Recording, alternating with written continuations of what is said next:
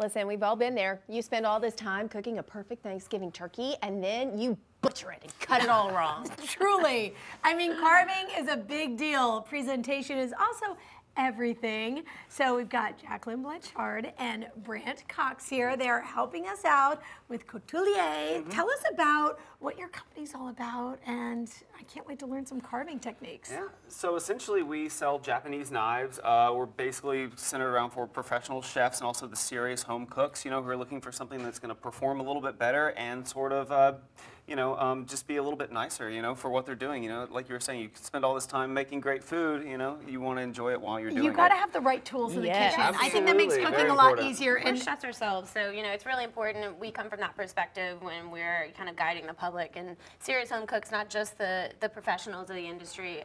We want everyone to have the right tools and the right high quality. That's right. And let me tell you, these are great gifts. They are I'm just dropping hints here because when I walked in, you have a beautiful turkey, but all I could stare at were the knives because I love good quality knives. Total pro tip, Carol, you asked, why do you have them up instead of facing down? It's because we don't want the edge to be compromised going into the wood itself. Yeah, you don't want to dull the blade. It protects the edge a little bit, you know. Had no idea. Yeah. Okay, so we've got a beautiful bird here, by the way.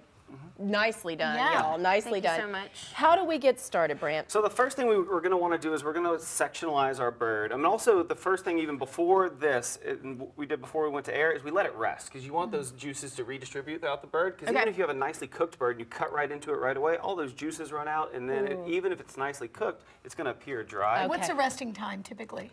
Typically 20, 30 minutes. Yeah, 20 to 40 minutes depending on the size of the bird. This is about a 20-minute bird. If you have one of those big guys, then maybe about 40, 45 minutes would be good. Okay. So what we're going to do is take the sections off. We're going to take off the breast and the legs, and for that I like to use like a boning knife. This is a Japanese Hanasuki. It's like a real kind of weird angular looking little knife.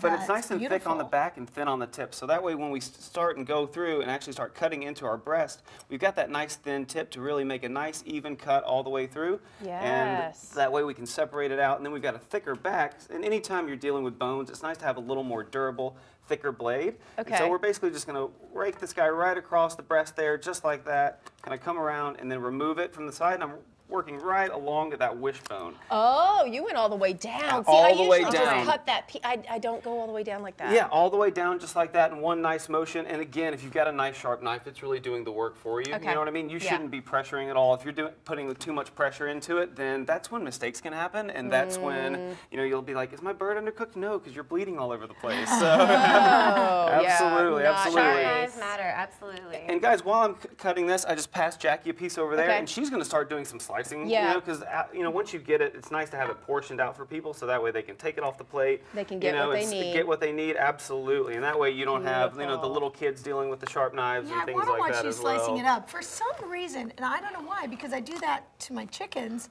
But when I do a turkey, I just start slicing it right off the bone. Exactly. I think you see that on television a lot of times. People kind of going on to it right off of that. But you really do want to take it down in quarters, and that's kind of what we're doing right now. Is you just get better pieces if you're doing it that way? You get more yield.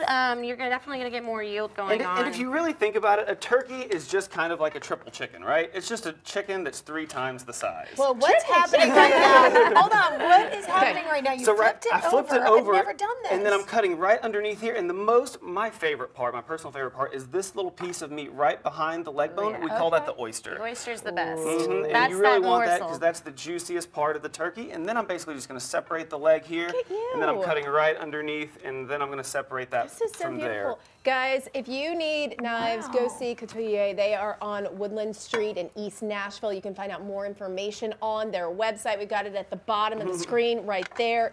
Thank you for coming in. Thank you guys so much for having us. What a treat. Happy early Thanksgiving.